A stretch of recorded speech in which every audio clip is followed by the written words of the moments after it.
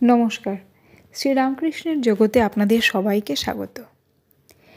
সংসারে কীরকম থাকতে হয় এ বিষয়ে ঠাকুর শ্রীরামকৃষ্ণ বলেছেন, সব কাজ করবে কিন্তু মন ঈশ্বরেতে রাখবে। স্ত্রী, পুত্র, বাপ, মা সকলকে নিয়ে থাকবে ও সেবা করবে যেন কত আপনার লোক, কিন্তু মনে মনে জানবে যে তারা তোমার কেউ নয়। বড় মানুষের বাড়ির দাসী সব কাজ করছে, কিন্তু দেশে নিজের বাড়ির দিকে মন পড়ে আছে। আবার সে মনিবের ছেলেদের আপনার ছেলের মতো মানুষ করে, বলে আমার রাম, আমার হরি, কিন্তু মনে বেশ জানে এরা আমার কেউ নয়। কচ্ছপ জলে চড়ে বেড়ায়, কিন্তু তার মন কোথায় পড়ে আছে জানো? আড়ায় পড়ে আছে, যেখানে তার ডিমগুলি আছে। সংসারের সব কর্ম করবে, কিন্তু ঈশ্বরে মন ফেলে রাখবে।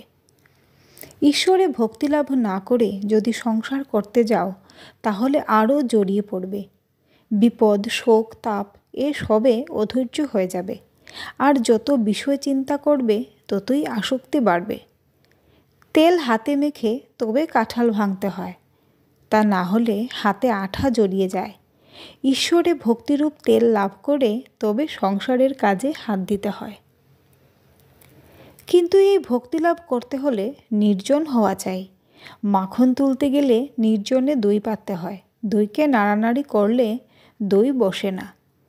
তারপর নির্জনে বসে সব কাজ ফেলে দই মন্থন করতে হয়, তবে মাখন তোলা যায়। আবার দেখো, এই মন নির্জনে ঈশ্বর চিন্তা করলে জ্ঞান, বৈরাগ্য, ভক্তি লাভ হয়, কিন্তু সংসারে ফেলে রাখলে ওই মন নীচ হয়ে যায়। সংসারে কেবল কামিনী কাঞ্চন চিন্তা। সংসার জল আর মনটি যেন দুধ। যদি জলে ফেলে রাখো, তাহলে দুধে জলে মিশিয়ে এক হয়ে যায়। খাঁটি দুধ খুঁজে পাওয়া যায় না। দুধকে দই পেতে মাখন তুলে যদি জলে রাখা যায়, তাহলে ভাসে। তাই নির্জনে সাধনা দ্বারা আগে জ্ঞান ভক্তিরূপ মাখন লাভ করবে। সেই মাখন সংসার জলে ফেলে রাখলেও মিশবে না, ভেসে থাকবে। সঙ্গে সঙ্গে বিচার করা খুব দরকার। কামিনী কাঞ্চন অনিত্য, ঈশ্বরই একমাত্র বস্তু।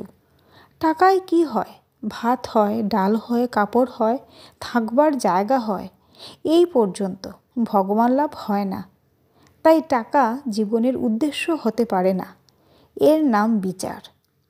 এই দেখো, টাকাতেই বা কি আছে, আর সুন্দর দেহেই বা কি আছে? বিচার করো, সুন্দরীর দেহেতেও কেবল হাড়, মাংস, চর্বি, মল, মূত্র এইসব আছে।